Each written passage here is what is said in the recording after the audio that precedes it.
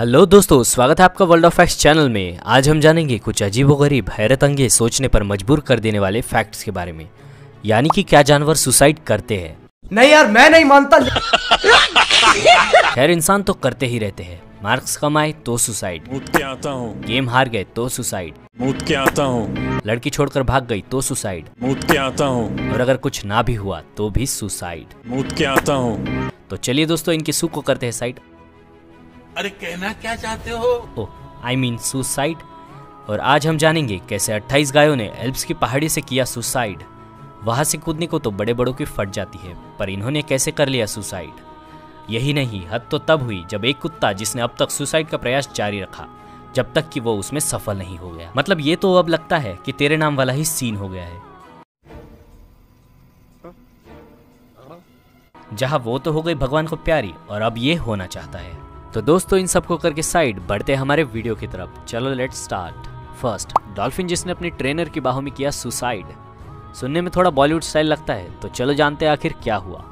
40 साल पहले dolphin trainer Richard O'Brien ने देखा कि कैथी नाम की एक डॉल्फिन जिसने 1960 के टीवी शो फ्लिपर में खुद को मार लिया। दोस्तों, क्या आपको पता है कि डॉल्फिन और वेल्स जो होती है वो हमारी तरह सांस नहीं लेती, बल्कि उनकी हर एक सांस उनका एक कॉन्शियस एफर्ट होता है। वो जब चाहे अपनी जिंदगी खत्म कर सकती है। रिचर्ड कहते हैं कि उस दिन कैथी यानी कि वो डॉल्फिन बहुत उदास थी। वो मेरी बाहों में तैर कर आई, मेरी आंखों में देखा, एक सांस ली और दूसरी नहीं, और टैंक में डूब गई। इस घटना ने रिचर्ड ओब्रॉय को डॉल्फिन ट्रेनर से एनिमल राइट्स एक्टिविस्ट में बदल दिया। बढ़ते हमारे नंबर 2 की तरफ। मास सुसाइड, जब टर्की में 1500 भेड़ें एक पहाड़ी की चट्टान से कूद गई। Seriously, what the fuck are you doing? 2005 में टर्की में लगभग 1500 भेड़ें एक पहाड़ी की चट्टान से कूद गई। उनमें से 450 भेड़ों की मौत हो गई। बाकी भेड़ों को बचा लिया गया क्योंकि पहले गिरी भेड़ों ने गद्दे का काम किया। अब बढ़ते हैं हमारे नंबर 3 की तरफ। एक कुत्ता जिसने अब तक सुसाइड का प्रयास जारी रखा जब तक कि वो उसमें सफल नहीं हो गया। सन 1885 में इलस्ट्रेटेड लंदन न्यूज ने एक रिपोर्ट दी जिसमें न्यूफाउंडलैंड प्रजाति के एक काले सुंदर डॉग की आत्महत्या का जिक्र था। उस रिपोर्ट के अनुसार उस दिन वो डॉग बहुत ही उदास दिख रहा था। कुछ देर बाद वो पानी में कूद गया और खुद को डुबाने की कोशिश करने लगा। डॉग को बचा लिया गया और बांध दिया गया, लेकिन उसे जैसे ही दोबारा खोला गया वो फिर से पानी में कूद गया। ऐसा कई बार हुआ और आखिर में कई प्रयासों के बाद वो पानी में डूबकर मर गया।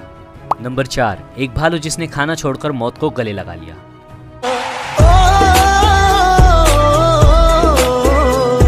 2012 में चाइना के एक स्वस्थ भालू ने 10 दिनों तक खाना नहीं खाया और मर गया। एनिमल राइट्स एक्टिविस्ट का कहना है कि पिछले कुछ सालों में चाइना में भालुओं की मौत के ऐसे कई केसेस देख चुके हैं। भालुओं के गैल ब्लैडर में एक ऐसा एंजाइम रस पाया जाता है जिसके लिए चाइना में इसे पाला जाता है और छोटे छोटे पिंजरों में रखा जाता है। इस रस की पारंपरिक चाइना दवाइयों में बहुत मांग रहती है। इस रस को निकालने के लिए भालुओं के पेट में एक स्थायी चीरा लगाया जाता है, फिर एक कैथेटर ट्यूब डालकर वो रस निकाला जाता है। ये प्रक्रिया बहुत ही दर्दनाक होती है और आमतौर पर दिन में 2 बार की जाती है। नंबर 5, एक्सट व्हेल का न्यूजीलैंड में एक साथ सुसाइड। नवंबर 2011 में एक्सट व्हेल एक साथ न्यूजीलैंड के एक बीच पर आ गई, जिनमें से केवल 18 ही बच पाई।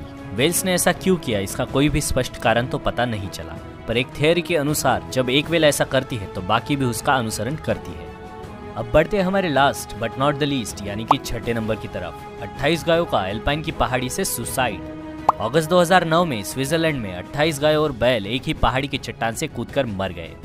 वैसे तो एल्पाइन रीजन में इस तरह की घटना आम बात है, पर 3 दिन की छोटे से टाइम पीरियड में एक ही जगह से इतनी सारी गायों का कूदकर मरना एक दुर्लभ घटना थी। स्थानीय लोगों के अनुसार तूफानों की भयंकर गर्जना इसके लिए जिम्मेदार होती है। वो ही पशुओं को ऐसा करने के लिए उकसाती है। दोस्तों, आपको ये वीडियो कैसे लगा हमें कमेंट में ज़रूर बताना, और अगर आप हमारे चैनल पर नए हैं तो हमारे चैनल को सब्सक्राइब भी ज़रूर कर देना। दोस्तों, आपको नया टॉपिक या नया वीडियो किस टॉपिक पे चाहिए हमें कमेंट में ज़रूर बताना। मिलते हैं अगले वीडियो में।